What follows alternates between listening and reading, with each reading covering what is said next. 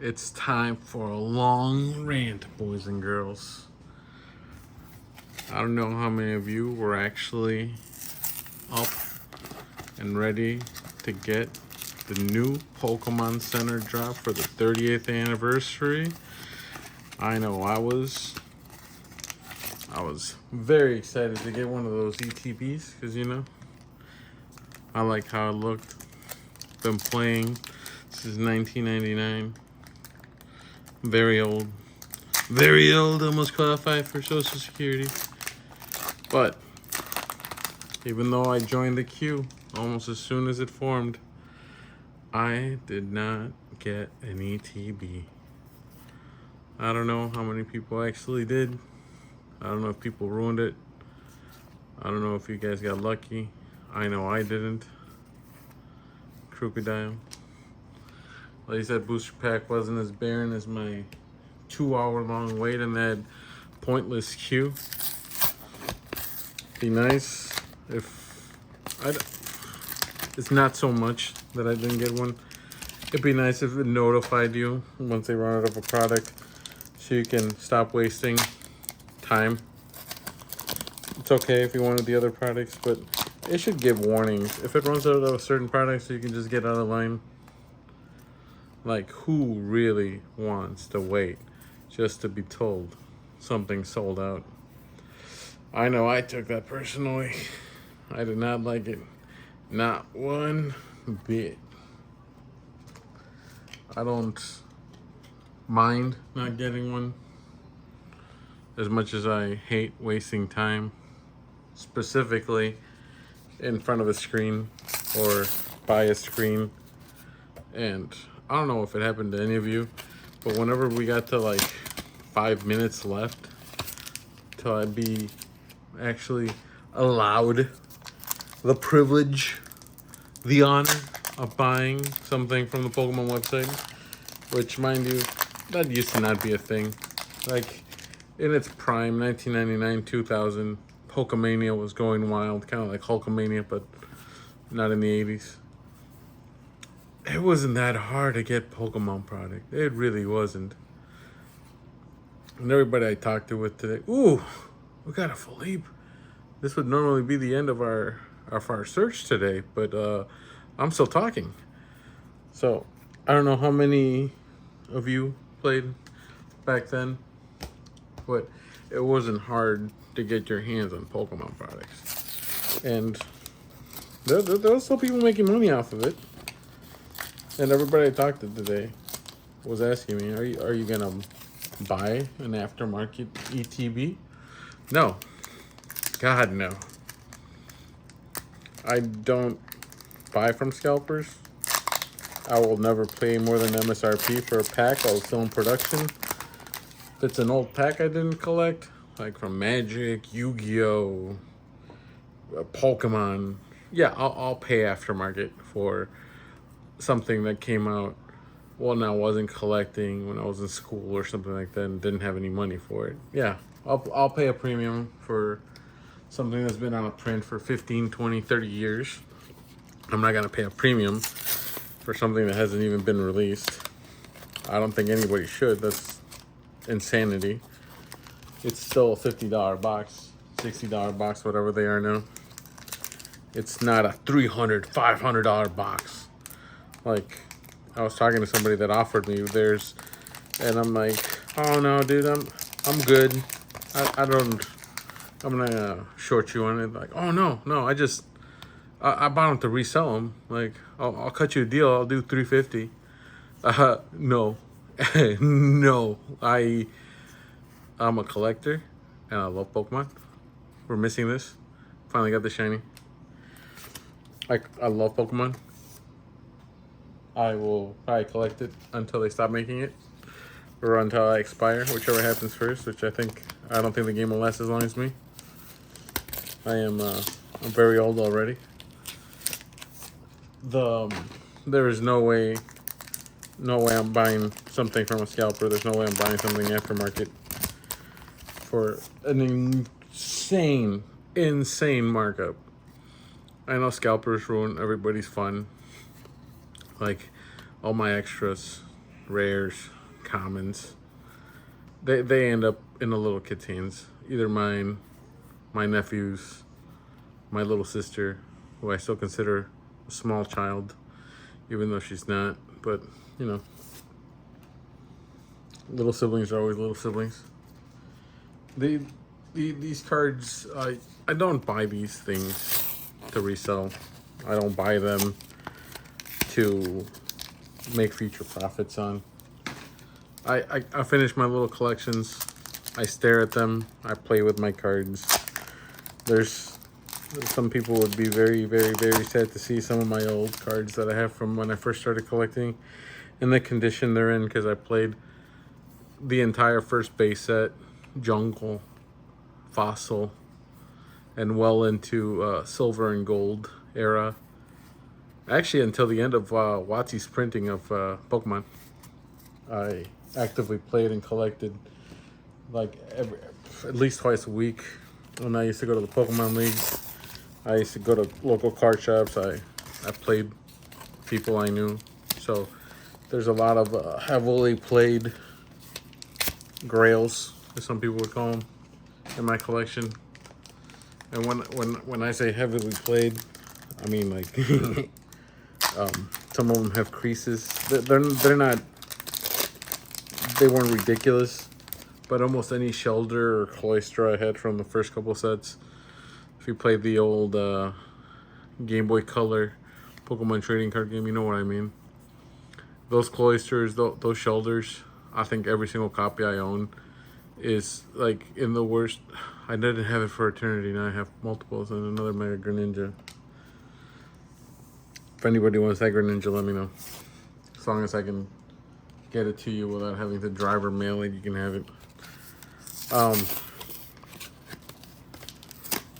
Like, I don't know.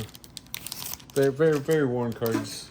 I don't understand why there's such a limited allotment for people who can't even play the game or collect. I think you should have to pass like a little Pokemon trivia test before you're allowed to queue up.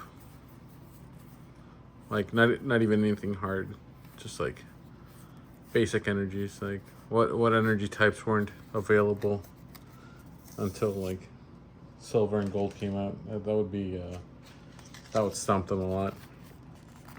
You know, the scalpers. But I know they're gonna keep ruining the hobby. I think they started to get into Yu-Gi-Oh, but I think Pendulum Monsters ruined that hobby. People complain about synchros, and then pendulums came out. I don't know who used to play back in the day that was still playing when pendulums came out, but it was almost a cancer to the game, so much that they had to change how they were played. They had to change the zoning. It was possibly the worst thing that's ever happened to Yu-Gi-Oh! Was that whole generation of cards, and it's a too fast a game not to enjoy, unless you're playing like some GOAT format or Edison format. Nobody really wants to play. Well, nobody I know.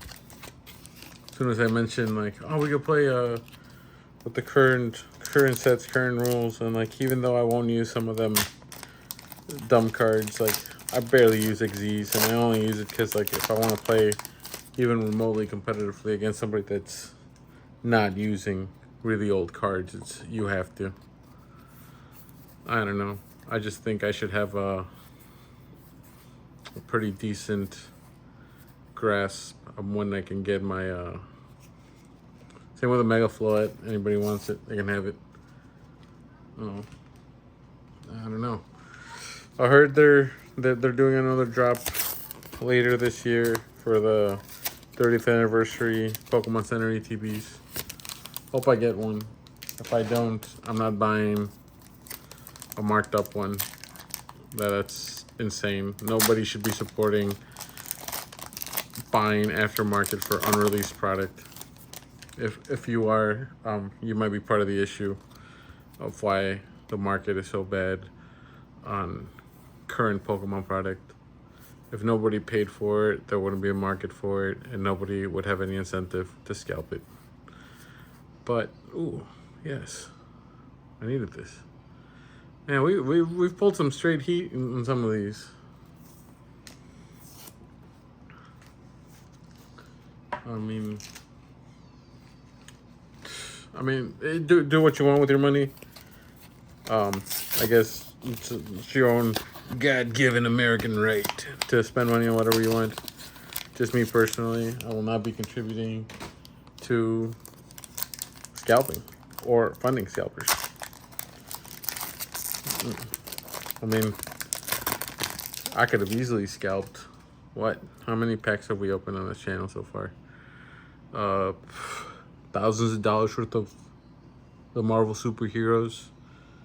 Probably at least into the hundreds now in Pokemon. So like, how much? I don't even know how much booster packs go for. Besides aftermarket, I just literally buy them at a retail store. I buy a lot. I open them until I get the entire set I have or want, and then give away the rest of the cards. I mean, what better way to collect than to not hoard stuff that people want to play with? Like, I'll get even rid of the rares. I've offered up some of the special illustrations I gotten. Somebody messaged me. I think somebody in one of the videos said that they wanted the Gorgeist, and I said, yeah, you can have the Gorgeist. It's outside the base set of 86, so not exactly easy to pull. That's what you're aiming for. We're here to pull for everything, though. Another chestpin. Special illustration. Well, not special, but illustration rare. Pretty sure somebody will want that. And they won't have to pay aftermarket for it because they can just have it. Actually, you know, I think I'll stop ripping these. I think the nerd rage has settled a little. Impotent nerd rage. Just like when they ruin a franchise we love or characters we love, they ruin the fandom. They ruin the things we love by either injecting their current year politics or dirty money from scalping. I won't be indulging in any of it. But now that I'm done ranting about not being able to get a single ETB for the 30th anniversary, my wife just wanted the dice. Like, I didn't even want the ETB because I know how toxic it is for anything that has to have an online queue. My wife wanted the dice. That's the only reason I was buying one. Then we got this. Underappreciated. Very underappreciated product from Marvel. Magic the Gathering. Collector boosters. I bought another one. Why did I buy another one? I actually like the Spider-Man set. I like Peter Parker. I like Gwen Stacy. The Green Goblin. I like almost every single character in this thing. J. Jonah Jameson. Fantastic. So, we're going to end the video opening up this this box. I'm only going to open one pack on the video today because I was going to make this the next series. Like, what did we get? Did we finally pull a cosmic soul stone? I don't think it's gonna happen, but like, hope dies at the end. So, oh, they're so hard. That's what she said. What is in this booster pack? Whoa. That was hard to open than I thought. So, these next few episodes are literally just gonna be me ripping these packs. I've never felt a pack like that. That was... Is this glue? Are these resealed? They're bowed. We'll know as soon as we go through them. There's a little marking at the bottom of these. Whatever. They feel weird.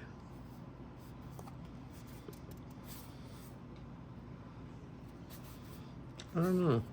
These don't feel very normal. Maybe I just got like a bad box. Mysterio, Craven's Last Hunt, Cosmic Spider-Man, Comeuppance, another Cosmic Spider-Man, the Green Goblin. I don't know. These cards didn't feel right. There might be another rant about this. Who knows? Anyway, until next time.